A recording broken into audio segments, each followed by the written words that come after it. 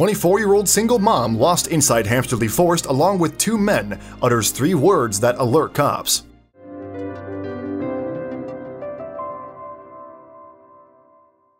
Adventure is a prerequisite part of each of our lives, except for those who can be inspired within 4 walls without stepping outside. But for most, the journey of seeking what is past their front door is a fundamental desire. Paulo Coelho once wrote, "The danger of adventure is worth 1,000 days of ease and comfort." Jess Tinsley is a regular 24-year-old who loves to go on hikes and adventures. On a Sunday evening of August 2019, Jess went on a hike in the woods along with some friends. The turn of events that followed next was something the trio could not have imagined, even in their wildest dreams. Jess Tinsley, a resident of Durham, England, is a 24-year-old mom to a beautiful daughter named Emmy. Her partner Kieran shares an amazing relationship with her daughter. Jess had Emmy quite young and raised her on her own until Kieran came into their lives. She could not have asked for a more perfect man. He cares for them immensely, and Emmy has adored him since day one. Jess loved her little family more than anything in the world. However, it wasn't always the case. Before Emmy was born, Jess had a completely different life. She used to go on endless adventures. She always had the travel bug and loved to go on hikes and camping trips. Her favorite hikes were trails in the woods that climbed up the hills. A woman's priorities change when she becomes a mother, and Jess was no different. After Emmy came into her life, Jess couldn't go on carefree trips like that anymore. She was raising her daughter alone, and going on hikes or climbs was the last thing on her mind. Things changed for the better when Jess met Kieran. He was the support she had been longing for all this time. It was as if he came into the picture and everything fell into place. He took care of things she would worry about and never complain. And once Emmy grew up a little, Kieran could take Jess on little hikes again. It was a cloudy Sunday evening. Jess was in her front yard sipping some tea. She had just finished up her chores and was waiting for Kieran to come home. They had planned on an evening stroll along with their friend Dan. The weather was a bit too cloudy for her taste, but she was excited. Jess's train of thought came to a halt when she heard Kieran's car pull up in the driveway. Jess had already called the babysitter for Emmy, who was already kind of sleepy, so the sitter will have an easy job tonight. She made her way to the car and sat in the front seat. Dan was already chilling in the back. They were all quite excited as they haven't done this in a while. The location they chose for the evening stroll was the Hamsterley Forest, which lay about 15 miles from their home in Newton Aycliffe. It covers more than 2,000 miles, which makes it the largest forest in Durham.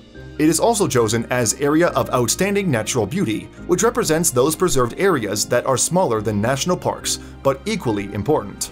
The trio had never been to Hamsterley Forest before, but they were not anxious because the forest had many trails for cycling, horse riding, and hiking to make exploring accessible for visitors. After speculating for some time, the group of friends settled on marking a 5-mile circle, which would bring them back to where they started the hike. The trio began their stroll with a burst of energy. The fall leaves carpeted the trail, their shoes crushing them with each step. The sun was peeking from behind the clouds, and the chilly breeze made Jess relieved that she brought her sweater. The trail was beautiful, no doubt. Jess was already ready to plan another stroll here. Time wore off as they wandered through the forest. Eventually, when the sun looked like it was beginning to set, the group realized they had been walking continuously and wandered off much farther than they intended to. Kieran recommended they pick up their pace if they want to reach back before the sun goes down. It had now been roughly 2 hours since they started their walk, and it was starting to bother them how much time it is taking to finish it. Plus, their remote location in the woods meant there is no cell reception to check their distance. They were just walking endlessly on this trail and had no idea where they are or where they were headed. The evening was now wearing off and darkness was descending around them. The speckled shade of the trees seemed so inviting all those moments ago. Now the air was just filled with an eerie silence, except for the echoing sound of their feet off the damp ground. Feeling tired was not an option. They had to keep going. Another hour into the trail, the trio luckily stumbled upon a map of the area. It was completely dark now and the weather was getting worse. Dan began to read the map to determine where they were and how much farther they need to go, but to his dismay, what he saw on the map was something else altogether. The trio had fallen off the trail and wandered off to a path that was 12 miles long. To top that, they didn't know where on the path they were at the moment. Jess was ready to have a mental breakdown right there. How on earth will they ask someone to get them if they didn't know where they were? Kieran knew they had to come up with a plan quickly, as it is already dark here. They had to call for help, but there is no way they could get cell reception in these dense woods. So the most important thing to do right now was to find a clearing of some kind where they could hope to get some network on their phones. After what seemed like hours of searching, the trio managed to locate a clearing in the woods. The three of them immediately reached for their phones and were relieved to see that they managed to get a network here. Now the question was how to tell the emergency services where they were. There was no way to locate them in this empty field. They didn't plan on being stranded there all night, so it was decided that they are going to call first, then figure it out as they talk about how they could locate them. Jess took out her phone and dialed 999, the emergency helpline number. The operator picked up on the second ring, asking what their emergency was. Jess gave a nervous glance to the boys, afraid to speak up. Kieran gave a confident nod to Jess, encouraging her to speak. Jess started explaining everything to the operator. "Hi, we are stranded in the woods. We are on a hike but somehow lost our way and now we don't know where we are or where to go. The weather is getting really bad, I think it might rain and it's so dark. Please help." The operator on the call understood there is no way for Jess to tell where she is at that moment, and to send rescue services, they need their exact location. So she asked Jess if she has cell reception on any other phone apart from hers, so that she can follow instructions while staying connected on call. Jess took her boyfriend's phone and was ready to follow the operator's instructions, but what the operator said next took Jess by surprise. The operator asked her to download an app. It took Jess a moment to realize this was not some stupid joke and the operator was dead serious. She was supposed to download an app on her phone. Dan and Kieran were really confused as to what was happening. Jess was busy downloading some app on Kieran's phone as per the operator's instruction. Jess suddenly speaks into the phone. Kicked, converged, soccer. Dan and Kieran had their brows furrowed in confusion. What is Jess talking about? Why is she talking in codes? What is happening? Jess hung up the call thanking the operator and was met by the confused faces of Dan and Kieran. They had so many questions it baffled her mind. Plus, Kieran was angry she hung up the phone. "How will we manage to call them back now?" Jess told him it won't be necessary as help is on the way. Jess took a deep breath and began to explain to them what happened. Jess told the boys that because she said those 3 words, the rescue team will now be able to find their precise location and come help.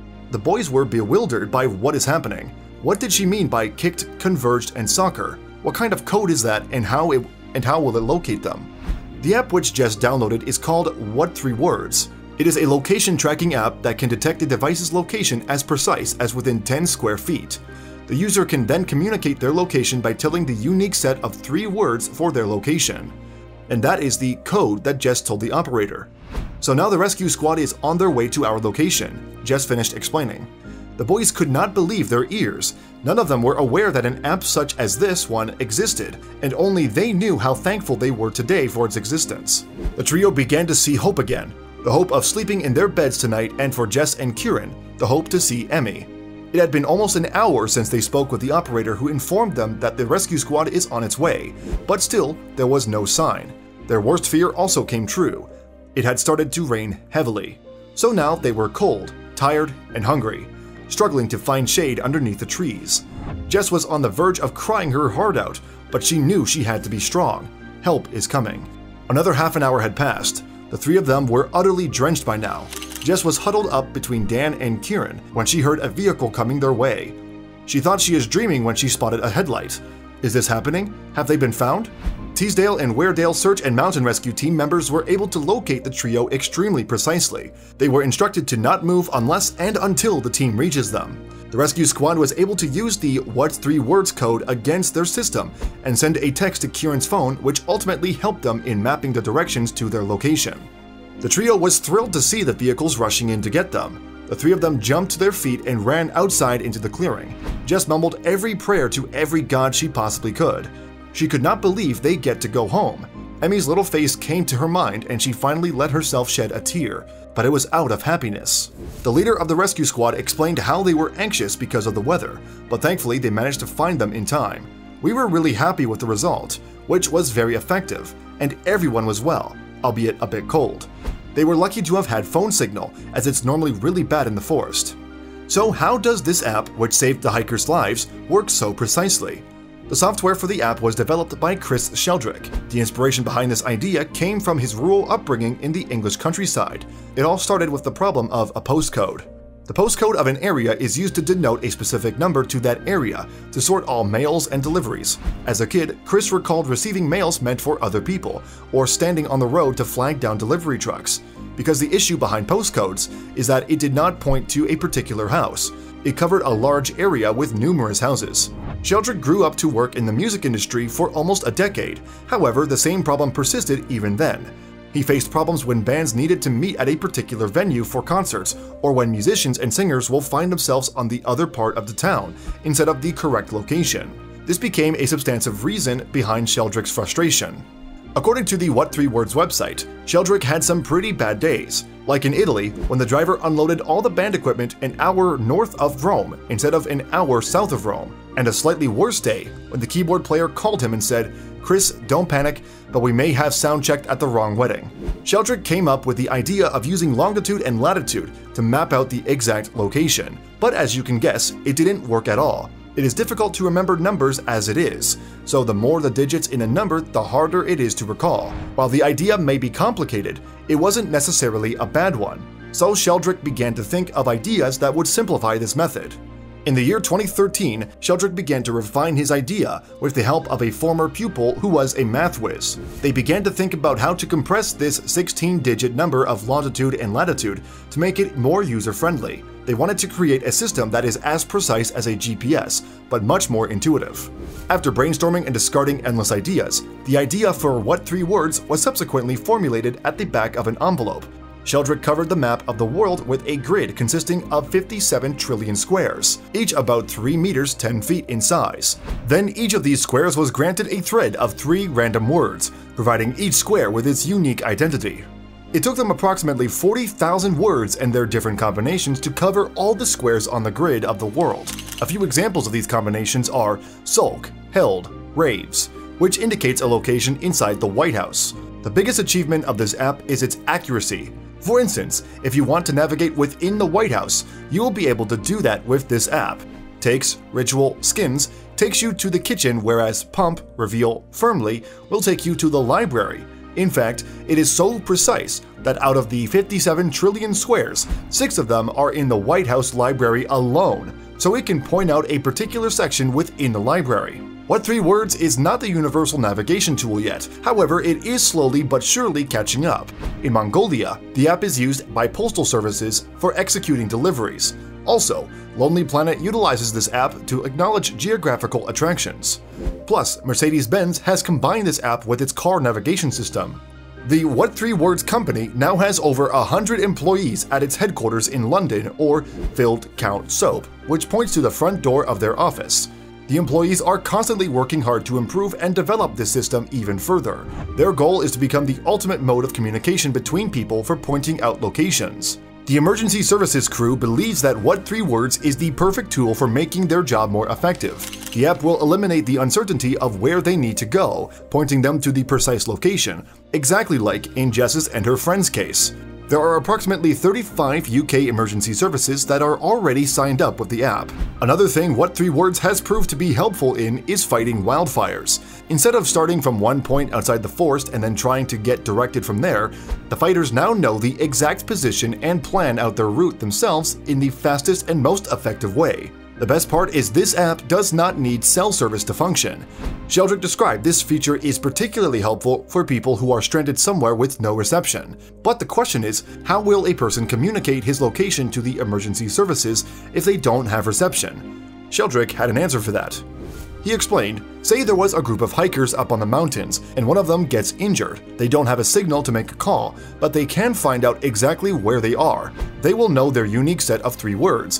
One of them can then run out to get help and bring them back to their injured friend's precise location. One of the more extreme cases in which this app helped someone was when a girl, who was held hostage by her kidnapper, managed to send her unique 3 words to the police and ask for help.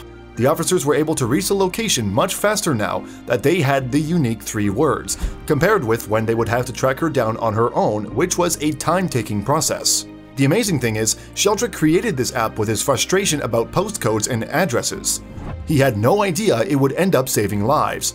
In recent times, the app has successfully saved many people, a woman with a broken car in the middle of nowhere, a man who fell down a riverbank, and many more. This app helped the world with more than just precise directions for sure.